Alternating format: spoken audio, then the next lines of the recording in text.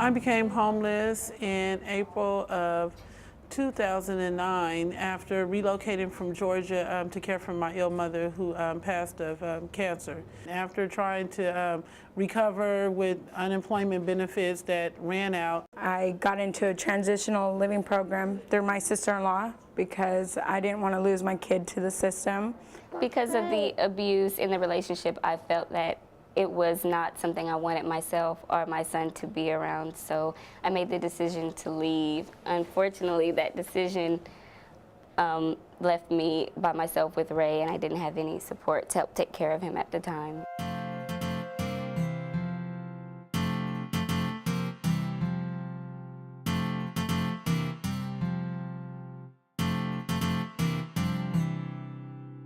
Well, no community wants homeless people. Everybody's trying to get rid of homeless people, send them to another community. And it hasn't worked. It simply has not worked. There are moments in our life that we are vulnerable and we simply become homeless. It is not a crime to be poor. Police should not be arresting us because we are poor. All day long, the police department, the security guards, they're arresting these homeless people, spending millions of dollars arresting them. For a portion of that cost, we can take care of these people.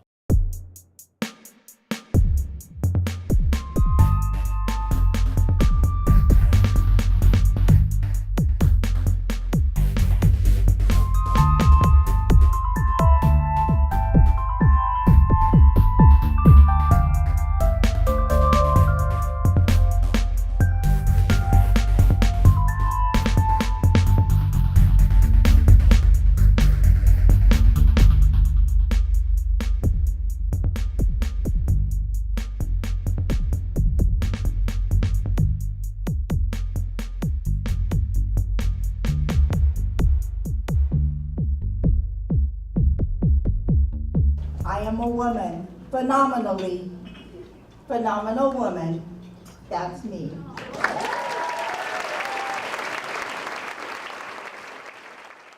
They help you with so many things, and the child care can really just alleviate a lot of stress when you are looking for a job, looking for housing, and just to have a minute to breathe. It can be very stressful being a single parent full-time and not having a lot of resources to help you, and being homeless is very traumatic. I actually took the tools that they gave me to identify my talents I had within my own self to come alive. I'm now bonded for housekeeping. I do have clients now.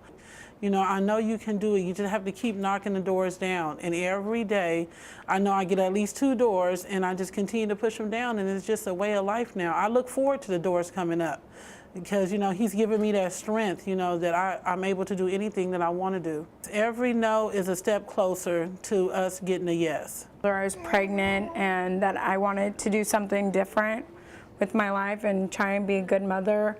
The most important thing about women's empowerment was my resume. I never thought I'd ever have a resume, from volunteer stuff to my last job that I had. Mo Mahana, he is a blessing because every time he sees me, you know, he just tells me, you know, Regina, you can do it.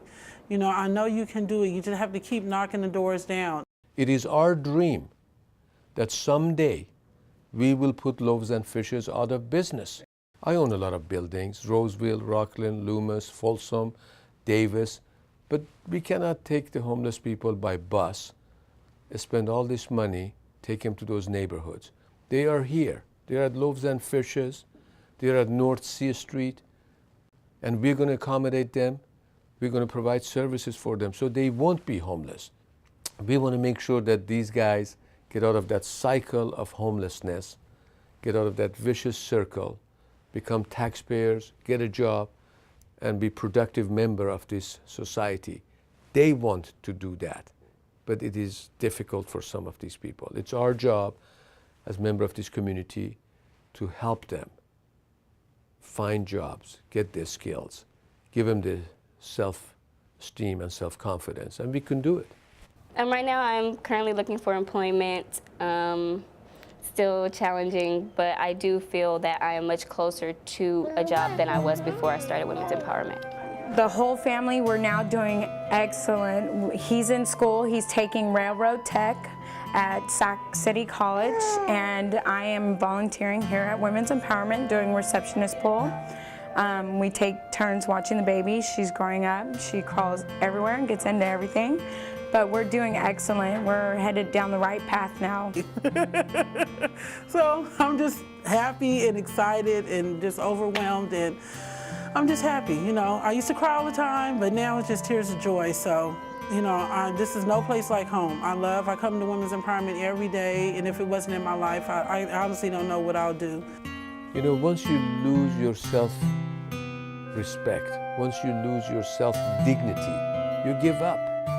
You say, God doesn't love me anymore. But it doesn't have to be that way. We can give them that extra help that they need. We want to make sure that these guys get out of that cycle of homelessness, get out of that vicious circle, and we can do it.